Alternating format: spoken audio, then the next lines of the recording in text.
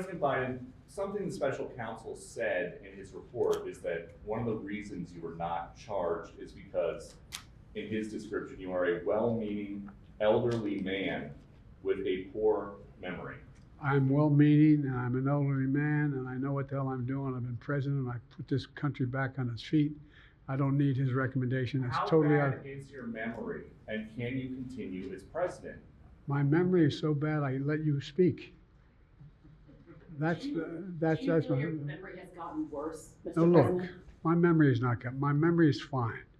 My memory, take a look at what I've done since I've become president. None of you thought I could pass any of the things I got passed. How'd that happen? You know, I guess I just forgot what was going on.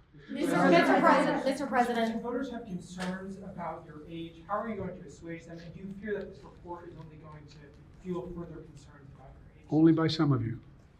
Mr. President, President, you were cleared of criminal Mr. liability President. today. Mr. So President. do you take responsibility for at least being careless with classified material? I take responsibility for not having seen exactly what my staff was doing.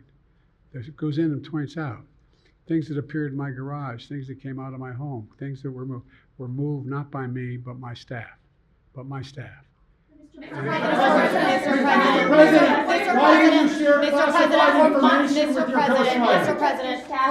President, for months when you were asked about your age, you would respond with the words, "Watch me." Many American people have been watching, and they have expressed concerns about your age. That is your judgment. That is your judgment. That is not the judgment of the press. They express concerns about your mental acuity. They say that you are too old. Mr. President, in December, you told me that you believe there are many other Democrats who could defeat Donald Trump. So why does it have to be you now? What is your answer Because to I'm the that most question? qualified person in this country to be president of the United States and finish the job I started. Do you believe that? Mr. President, why are you confusing the names of world leaders? I did not share classified information.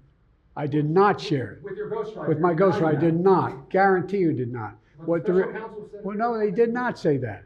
He did not say that. Mr. President. Well, let me answer your question. The fact of the matter is, what I didn't want repeated, I didn't want him to know, and I didn't read it to him, was I had written a long memorandum to President Obama why we should not be in Afghanistan. And I was multiple pages. And so what I was referring to, I said classified. I should have said it should be private because it was a contact between the president and the vice president as to what was going on. That's what he's referring to. It was not classified information in that document. That was not classified.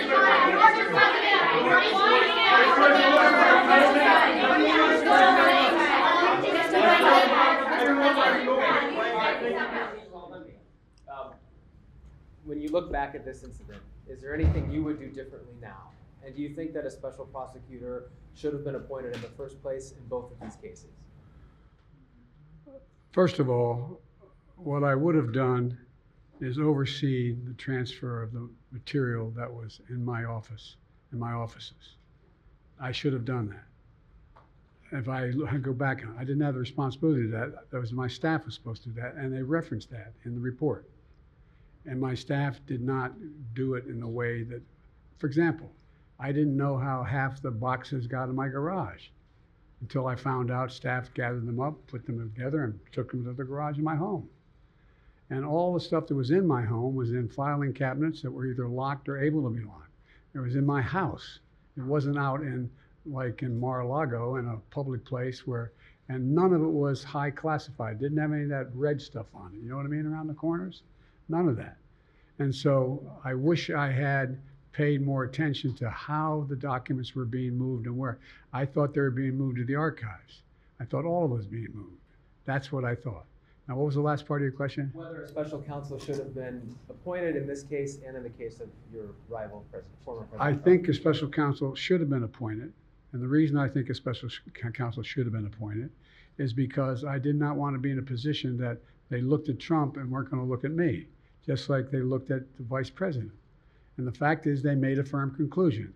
I did not break the law, period. Thank you all very, very much.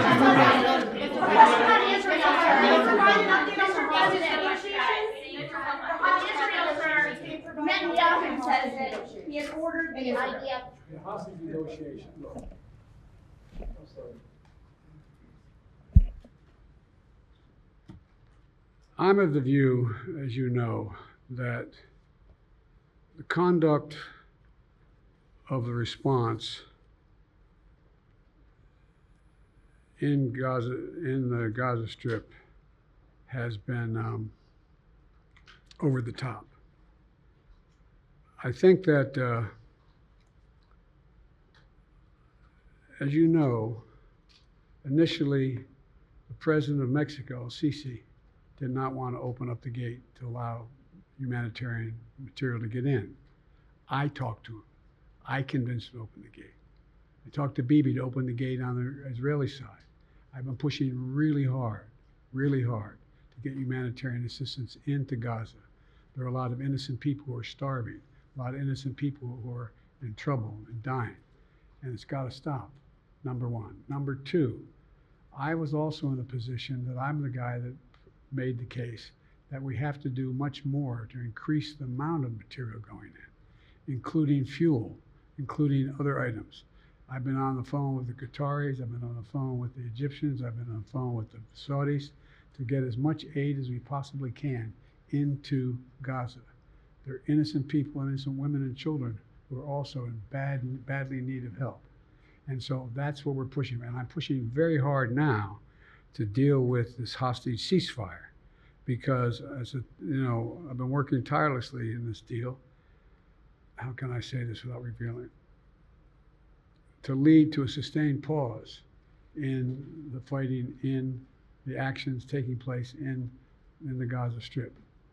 And because I think if we can get the delay for that, the initial delay, I think that we would be able to extend that so that we could increase the prospect that this fighting in Gaza changes. There's also negotiations. You may recall, in the very beginning, right before Hamas attacked, I was in contact with the Saudis and others to work out a deal where they would recognize Israel's right to exist, make them part of the Middle East, recognize them fully in return for certain things that the United States would commit to do. And the commitment that we were proposing to do related to two items. I'm not going to go in detail, but one of them was to deal with the protection against their arch enemy to the northwest, northeast, I should say. The second one, by providing ammunition and material for them to defend themselves. Coincidentally, that's the time frame when this broke out.